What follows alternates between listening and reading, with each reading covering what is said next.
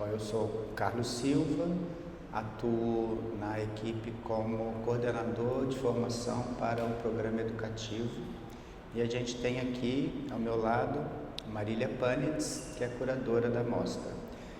Eu vou passar a palavra inicialmente para Marília, para ela esclarecer alguns pontos de conexão entre uma mostra e outra, e depois eu retomo a palavra para continuarmos os nossos assuntos. Sejam bem-vindos. Bom, gente, boa noite. Só vou fazer uma correção. Eu sou curadora da mostra Toda Noite, né? A mostra da Dragão Floresta Abundante é curada por Renata Zambuja. Eu tenho desenvolvido um trabalho junto com o IPAC, que é o Instituto de Pesquisa e Promoção à Arte e à Cultura, e tenho feito uma ação de coordenação de curadorias.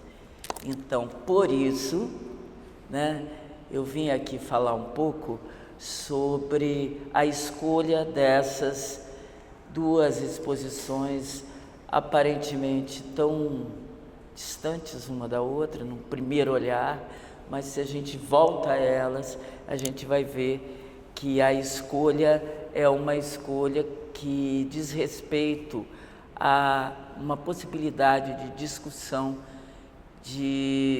sobre as questões da arte contemporânea que alarga, né, as funções da fotografia, né? Então, a gente tem dois artistas que trabalham com a fotografia como base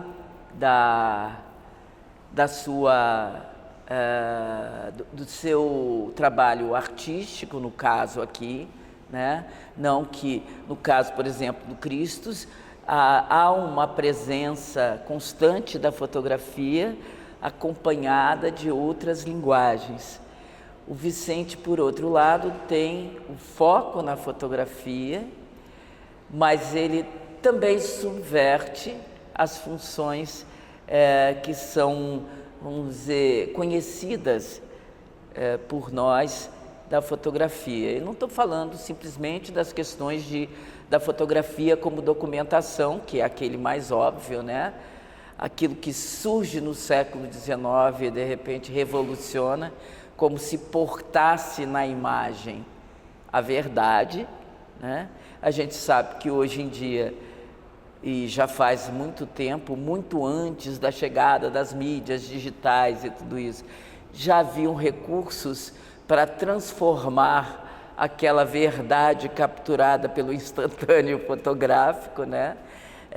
Isso aí foi bem desenvolvido em relação às fotografias que narravam, né, as questões políticas, por exemplo, né? E o que ocorre, né, com uma conversa possível entre essas duas exposições é pensar, por exemplo, vocês chegam aqui no primeiro andar como Toda Noite, que é uma exposição de meio de carreira do artista Vicente de Mello, né? Vicente é um fotógrafo que tem trabalhado não só com sua poética, mas também com a documentação da poética de outros artistas, né? E, em última instância, o que ocorre é que Vicente traz para a sua poética algumas reflexões sobre o que fazer com a fotografia e, de uma certa forma, Vicente sempre tem uma narrativa por trás dela, que é uma narrativa que se abre para questões absolutamente ficcionais também, tá? Uma das coisas que eu acho que é importante a gente destacar quando a gente está trabalhando com os grupos, né, é, por exemplo, o central, vamos dizer, o que se expande a partir, vamos dizer, do que detonou o percurso todo de toda a noite está na sala central, assim como acontece com a exposição do segundo andar do Cristo Nóbrega. Aqui embaixo a gente tem duas séries, uma chamada Galáctica e outra chamada Noite Americana. Ambas as séries tratam de uma questão de se subverter a realidade. E é por isso que a gente coloca no centro, tá, uma imagem, que é uma imagem de um poste muito potente, tá, na beira-mar, né, aqui numa das praias aqui do Rio. E essa fotografia conversa com ambas as séries, né? Do lado, para mim, que estou assim, aqui, né, do meu lado direito, para você será o esquerdo, a gente corre pela série da Galáctica. E a Galáctica, em última instância, brinca com essa fotografia científica que vai documentar, né, o que acontece no céu, né? Ou seja, tem uma pegada científica a partir das coisas mais banais desse ilustre aqui, né, de um lustre de casa, de alguma coisa, por exemplo, de uma fita de luzes de uma festa, e isso aí ele transforma num alto contraste em corpos celestes com luz, né, estrelas. Por outro lado, Noite Americana, como a gente pode se lembrar, né, daquele filme antológico do François Truffaut, né, é a transformação que o cinema e a fotografia podem fazer do dia na noite. Então, filma-se de dia, mas filma-se uma experiência noturna, no sentido de que você tem uma pessoa andando numa rua, por exemplo, e ela então vai ser vista por nós, os observadores, os assistentes, como se ela estivesse caminhando à noite, quando na verdade essa imagem foi capturada de dia. Então, de uma certa forma, as duas séries, né, que, vamos dizer, alicerçam a exposição toda a noite, né, elas têm esse caráter de subversão da realidade, adaptação da realidade a determinada dinâmica que a série do artista pretende, né? E aí nós temos outras coisas, por exemplo, nós temos Vicente trabalhando com aquilo que é super analógico, do início do surrealismo, né? Onde a gente vai ver os objetos sobre o papel fotográfico sensibilizado, né? E vai ver em negativo imagens que se parecem, às vezes, muito distantes daquilo que a gente poderá ver sobre as mesas, que são coleções diversas que Vicente tem no seu ateliê. Do outro lado, a gente terá, por exemplo, o limite oblíquo, que é uma outra operação analógica também. Sobre a mesa de luz, ele coloca vegetais, pedras, restos de madeira e etc., que vem na ressaca de Taquatiara, que é a praia da vida dele, né? Desde a infância. E você tem ali alguma coisa que a gente lê como desenho, né? Você, se tiver a oportunidade de ver, se lê como desenho. Então ele vai dizendo assim, aí os vermelhos telúricos, em que ele evoca os slides, aqueles slides, quem foi professor de História da Arte, né, na nossa geração, sabe muito bem que é isso. Tem o slide vai ficando velho, vai ficando vermelho, vai ficando vermelho, vai ficando vermelho, né? E ele, então, faz uma alusão a isso. E assim, eu não vou falar série por série, não tem muito sentido. Mas o que eu estou querendo falar para vocês é que em todas elas ele faz uma operação de alargamento desse sentido da fotografia. Aí você sobe, vai ver a experiência de 3 meses do Cristo Nóbrega como residente em Beijing. E ele então, quer dizer, experiência do mais puro estranhamento, né? E ele vai, a partir desse estranhamento, desse código que não tem nada a ver com aquilo que nós conhecemos para o lado de cá, ele vai começar, e isso é muito interessante, esta é a 4ª montagem dessa exposição. A cada nova montagem, tá, acontece uma maior aproximação entre aquilo que é o totalmente outro, do outro lado do planeta, com isso que é o familiar nosso, né? Então ele começa a fazer paralelos que vocês poderão ver, eu acho que vocês vão ver a exposição mesmo amanhã, né? Os que são do programa educativo já poderiam ter visto, mas eu acho que não viram ela pronta, né? Então, vocês verão certas aproximações que são geniais, né? O Christus tem uma postura eminentemente política na sua produção imagética, e ele faz aí certas reflexões entre certos costumes chineses e certos costumes brasileiros, né? E como, de uma certa forma, gente é gente, gente se aproxima de gente. O que se configura de uma forma tão distante uma da outra é a organização social e como o Estado também se organiza, né?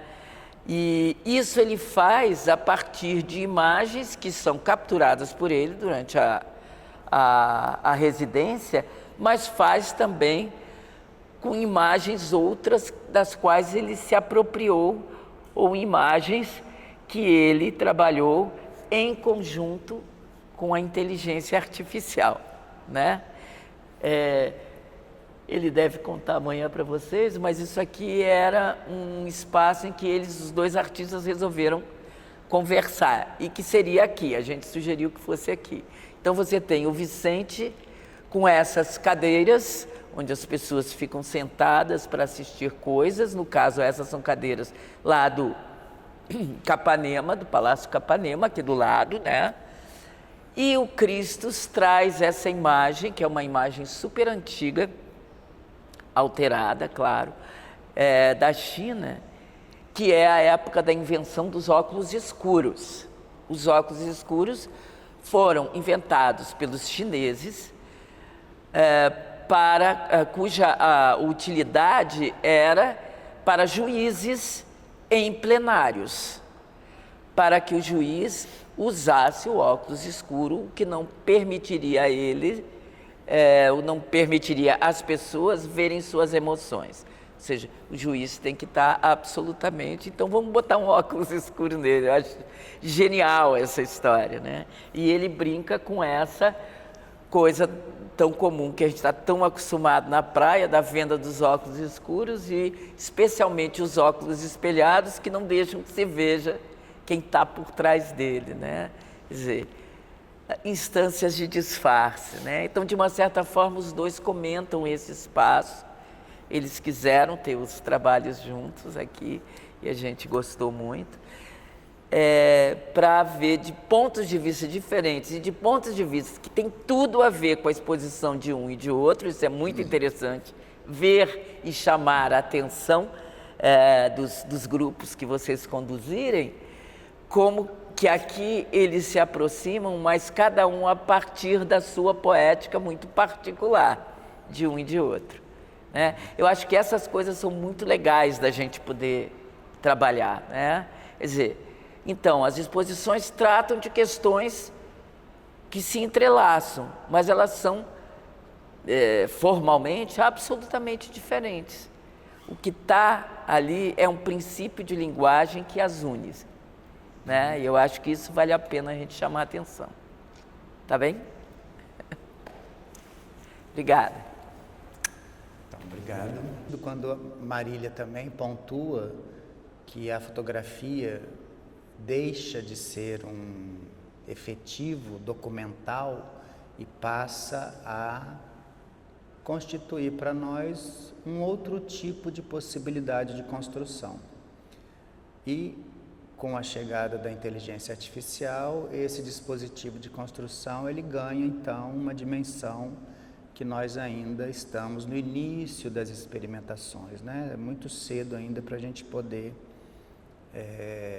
talvez até entender, né, de modo bastante aprofundado, as ingerências da inteligência artificial e o que é que ela vai promover para nós em termos de produção em artes visuais, né? A gente tem um pouco do histórico do aparecimento da fotografia no século XIX e agora a gente vive mais ou menos um dado relativamente aproximado quando a gente pensa na ocorrência da inteligência artificial e na maneira como nós estamos nos relacionando com isso, né? Christus, então, se vale efetivamente dessa tecnologia, Vicente não. Então, até onde eu sei, Vicente não lida com inteligência artificial. E a gente terá um duplo expositivo que se aproxima muito de imagens fotográficas, mas nem todas são imagens fotográficas, porque uma boa quantidade delas, no caso específico da exposição do Christus, essa boa quantidade é produzida a partir do uso da inteligência artificial. No caso da condição, né, por assim dizer, de estranhamento, talvez a gente possa pensar exatamente nisso que a fotografia nos entrega. Por exemplo, existem situações em Christus Nóbrega que não são fotografia efetivamente, porque são inteligência artificial.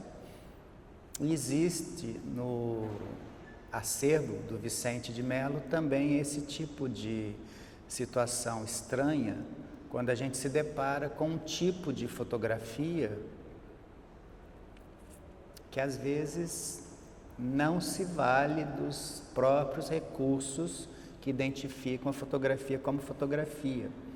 Por exemplo, no caso da fotografia analógica, o Vicente tem uma pesquisa bastante longa sobre o não uso de negativos, né?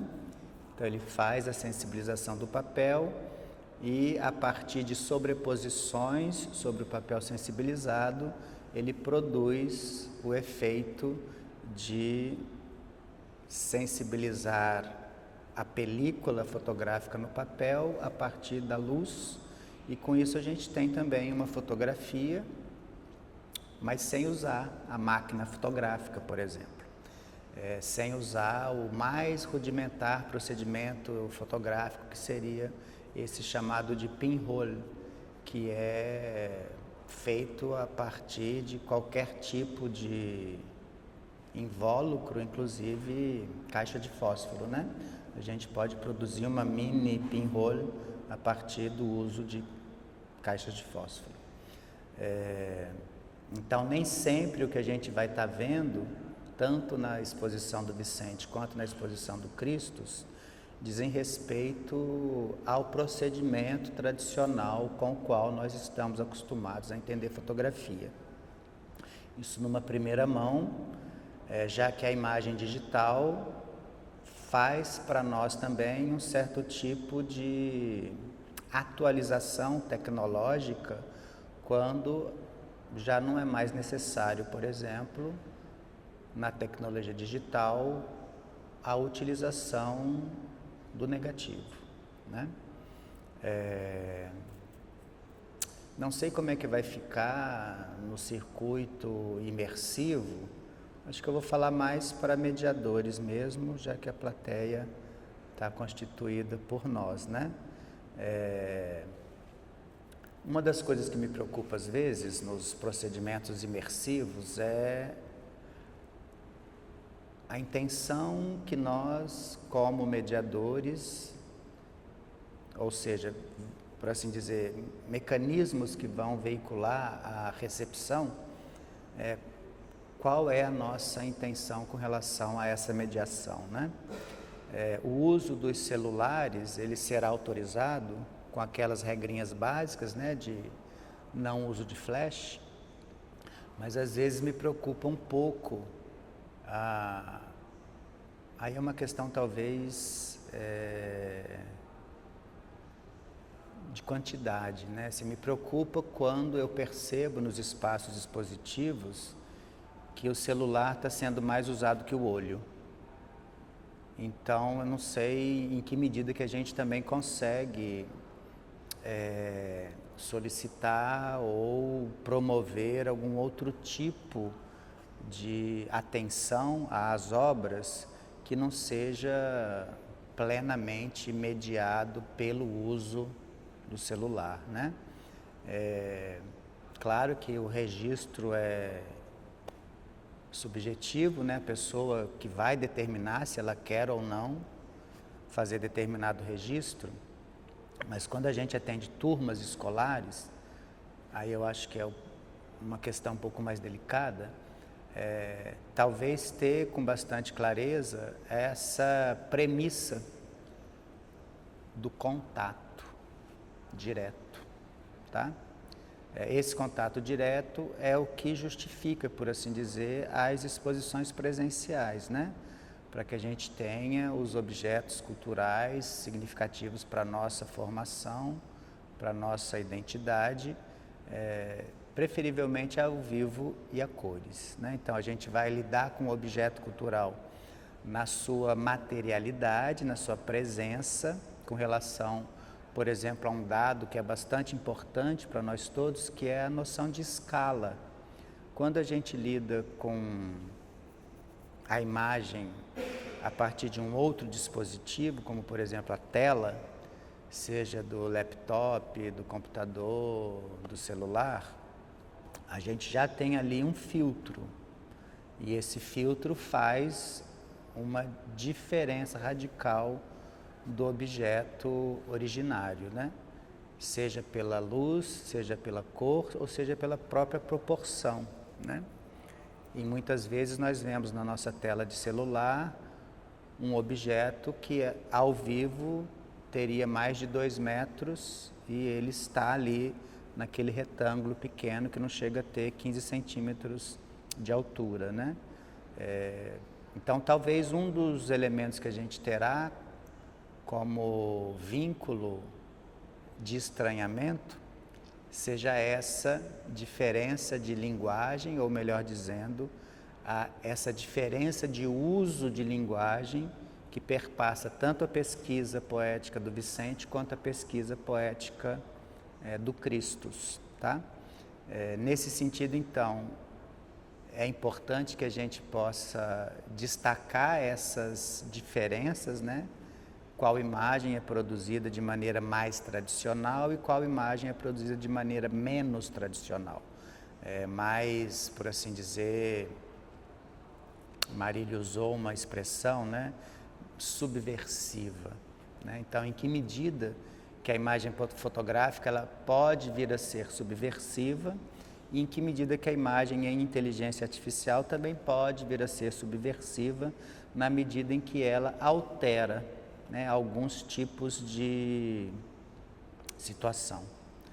Caso vocês tenham possibilidade, a obra do Christus que está sendo inaugurada agora na FGV, ela é exclusivamente de inteligência artificial e ela conta uma história ficcional da cidade de Brasília, né? Seria a concepção construtiva de uma utopia pela via do uso da inteligência artificial, mas construindo para nós,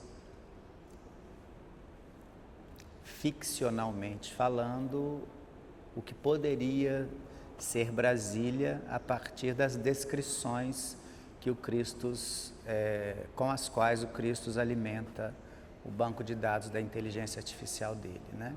Então, se puderem ir à FGV para poder ver essa produção, eu acho que ela agregará para nós aqui algum tipo de valor.